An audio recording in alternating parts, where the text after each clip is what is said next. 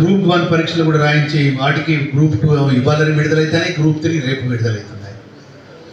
అంటే ఇవి కూడా యాడ్ కావడమే కాకుండా మళ్ళీ మొన్న క్యాబినెట్లో ఒక నిర్ణయం జరిగింది విలేజ్ అసిస్టెంట్స్ గురించి, రెవెన్యూ విఆర్ఏ 10,900 ప్రతి గ్రామంలో వాళ్ళ మొత్తం అస్తవ్యస్తం అయిపోయింది. ఏంది ధరణియాన్ని తీసుకొచ్చి మొత్తం రైతులను ఒకరికొకరు చుట్టుముడేసాను. లేనిపోయిన పంచాయతీలు వచ్చినాయి. నాది కూడా నా కారణాలు నాకు 8 ఎకరాలు ఉన్నది, నాది కూడా లేదు దాంట్లో. అన్ని బ్లాక్లో పెట్టేసాడు అన్ని. అంటే ఇంత దుర్మార్గమైన వ్యవహారం నడిచింది. రేపు ఉగాదితోటి భూభారతి వస్తుంది. ఈ సమస్యలన్నీ పరిష్కారం అవుతాయి. ధరణి కన్నా ముందు ఏదైతే స్టేటస్ ఉందో అంతేనా, ఆ స్టేటస్కి వెళ్ళిపోతుంది. మళ్ళీ ఇప్పుడు ఆర్డీఓకు పవర్స్ ఇచ్చినాం.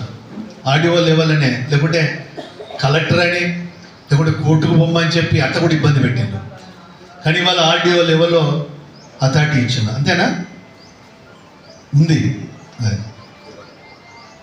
భూభారతిలో ఆర్డీఓ లెవెల్నే పరిష్కరించేటట్టుగా. అంటే ఇన్ని వినూత్నమైన కార్యక్రమాలు చేస్తున్నాం. వాళ్ళ ఉద్యోగాలు ఇచ్చినాం మనం ఈ 1 సంవత్సర కాలంలో ఇంత అప్పులలో. ఈ సంవత్సర కాలంలో ఈ సంక్షేమ కార్యక్రమాలు చేపట్టినాం. రేపు రాబోయే రోజులలో కూడా నెక్స్ట్ మా ఆడబిడ్డలకు ప్రతి నెల ఆడబిడ్డ కట్నం ఇవ్వడానికి ప్రయత్నం చేస్తున్నాం.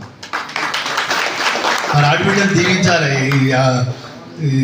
మా రేవంత్ అన్నకు మంచి ఆయురారోగ్యాలతో పాటుగా మరి ఈ రాష్ట్రం కూడా బాగుపడాలని ఇస్తే అది కూడా తొందరలోనే ఇవ్వబోతున్నాం.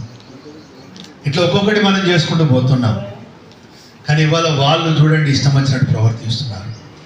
అందులోంచే ఒకటి మా ముఖ్య